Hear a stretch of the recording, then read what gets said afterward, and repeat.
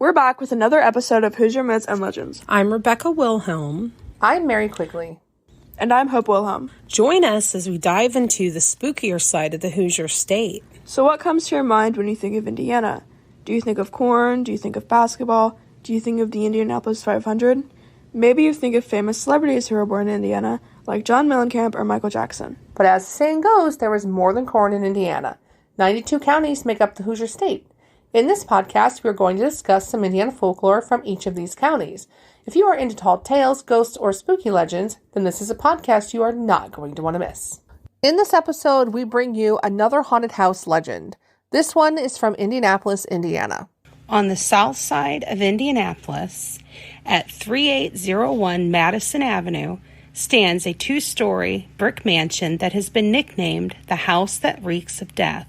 Once a stop on the Underground Railroad, there are many legends and mysteries that surround this old house. In fact, many people believe it may be one of the most haunted locations in Indiana. So sit back, get comfortable, and relax as we bring you the history and lore of Indy's own Hannah House.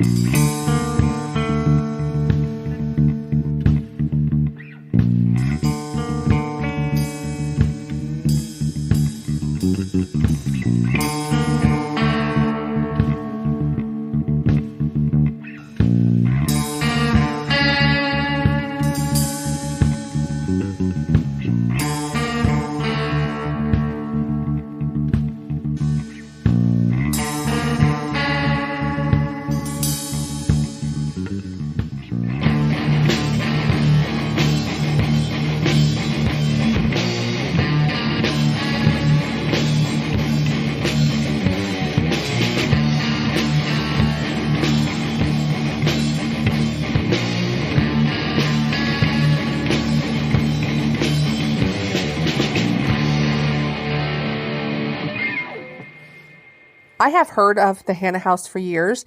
I've never had a chance to visit, though. Me too. It's definitely a place with a lot of history. And Mary, we really need to take a trip to Indy and take a tour of this home.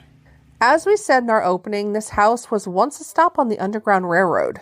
Yes, the house was built in 1858 by Indiana State Legislator Alexander Hannah. Mr. Hannah was well known for his stance against slavery. He was a Quaker and well-known abolitionist of the time period. The most well-known legend about Mr. Hannah is that he would provide food, water, and shelter for slaves who were escaping the South on their way north to freedom. Alexander Hannah was a fascinating man. So let's get into a little history of the man and the beautiful home that he built. In 1821, Alexander Hannah was born in Wayne County, Indiana. Something I thought was neat is that he actually started off being a harness maker. At some point in 1850, Mr. Hannah decided to close his harness making business and head out to California for the gold rush. Well, prospecting turned out to be a wise decision for Mr. Hannah. He ended up getting enough money to become a part owner in a ranch out in California. The ranch was a barley and vegetable ranch. He learned how to grow food at this ranch, and he ended up owning the business for 5 years. Hannah came back to Indiana and started working for the Indiana Central Railroad. His father was the president of the railroad at this time. He purchased 240 acres of land and started a farm. He built the house in 1858. Well, apparently the property also had a toll road called the Indianapolis Southport Toll Road. This toll was a gravel road that spanned Indianapolis to Madison, Indiana. And Hannah collected tolls from 1860 until his death in 1895. He lived in the house as a bachelor, just himself and his servants, until 1872, when at 51 years old, he married Elizabeth Jackson. Elizabeth was about 14 years his junior. The couple, by all accounts, had a good marriage and were well suited for one another. However, they did face a horrific tragedy in their marriage. In March of 1875, Elizabeth was pregnant with the couple's first child. And this should have been a happy time for the couple. Unfortunately, things took a turn for the worse. We will discuss this tragedy and its lasting effects on the house when we return after a short break.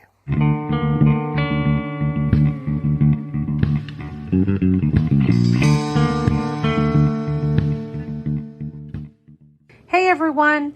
If you haven't heard the news already, we wrote a book.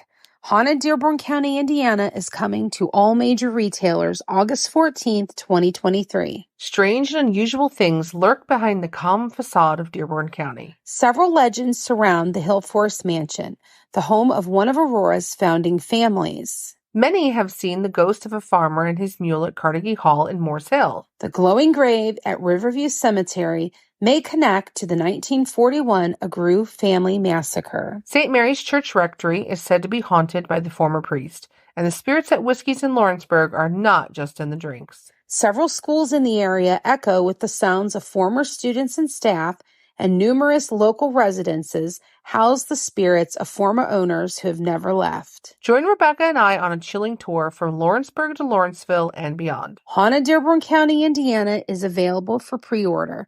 Check out HoosierMythsAndLegends.com for more details. On March 16, 1875, Elizabeth went into labor in a bedroom on the second floor of the mansion. Unfortunately, she delivered a stillborn baby. Devastated, the couple buried their only child in Indianapolis's Crown Hill Cemetery. Today, if you visit the Hannahs at Crown Hill, you will see a small gravestone next to them with the date marked. This tragedy is said to be a source for one of the mysterious legends of the house. The bedroom where Elizabeth delivered her child is closed up and used for storage. However, even though the room is not used, there has been a horrible smell of rotted meat reported coming from the room. It's said to be a very strong smell, and it's very off-putting. Once the smell disappears, it is always replaced with a very pleasant and strong smell of roses. Some believe that Mrs. Hannah never got over the death of her child, and the sadness that she felt is still lingering in the house. Her apparition has also been known to appear before people on the second floor. It's thought that the rotted meat smell is the smell of death, and that the roses are the spirit of the child. The second well-known ghost legend that's associated with the Hannah House is tied to the Underground Railroad. According to the Hannah House website, Alexander Hannah was rumored to hide slaves in the basement of the home to help them escape north to Canada. We're going to read the story that they have posted on the Hannah House website. One cold winter night, a group of slaves were passing through Indiana as they were making their way to downtown Indianapolis. They stopped at Hannah Mansion for the night. Then Alexander could take them in for shelter and they would have a safe place for the night. So Alexander took them down to the basement and he gave them food and water. As they were laying on beds made of hay, a lantern tipped over and caused a fire in the basement where they were sleeping. Urban legend says that they all passed away that night. Since it was winter, Alexander couldn't give them a proper Christian burial, so he had to bury them in the ground of the basement at the historic Hannah Mansion. It's really such a sad story. It really is. Apparitions of slaves have been seen still hiding out in the basement. Noises are often heard in the basement. Like the sounds of something crashing. When you go to check, nothing is there. And there is just a lot of paranormal activity going on to this day in this home. One of the incidents listed on the Hannah House website that I find most interesting is that people driving down Madison Avenue have reported seeing a gentleman in older style clothing standing out in the yard, and he will wave to people. I wonder if that is Alexander Hannah. That's kind of what people think it may be. Next time we're in Indy, we're driving past the house. I'm in. If you do a Google search, there's a lot more information out there on many different websites about the paranormal happenings in the home. And I believe that you can rent the home to do a paranormal investigation. We came upon a website called hauntedhouses.com, and they have a page about the Hannah House. On the page, they have a lot of activity listed that occurs in the house. And one of the things listed that I thought was strange is that spoons tend to fly across the room. I have to admit, that is kind of creepy. Pictures apparently have also been known to swing, according to the website. The house is also known to have the classic haunted behavior of voices being heard. Also, footsteps and mumbling. One of the creepiest things listed involves the staircase. Yeah, this is creepy. Tell all of our listeners about this. Their stairs are now carpeted. However, people have reported hearing footsteps on the steps. Wait, what? Yes, footsteps can be heard on the carpeted steps.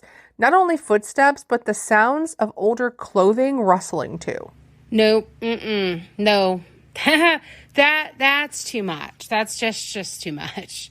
If you are interested in checking it out for yourself, the house is open to tours according to their website. Tours are on the first Sunday of every month from 1 to 4 p.m. and the price is $8 per person. 12 years of age and younger are free. And they have posted that it's cash only and that they do have merchandise for sale at the door. According to their Facebook page, they are also having a paranormal celebration day with vendors on Saturday, August 12th at the Hannah House. If any of our listeners do a tour or they attend a paranormal celebration, please let us know. Have you ever had an experience at the Hannah House while visiting? Are you familiar with the many legends surrounding the house? We would love to hear about it. Please send us an email to HoosierMissingLegends@gmail.com or reach out to us on social media.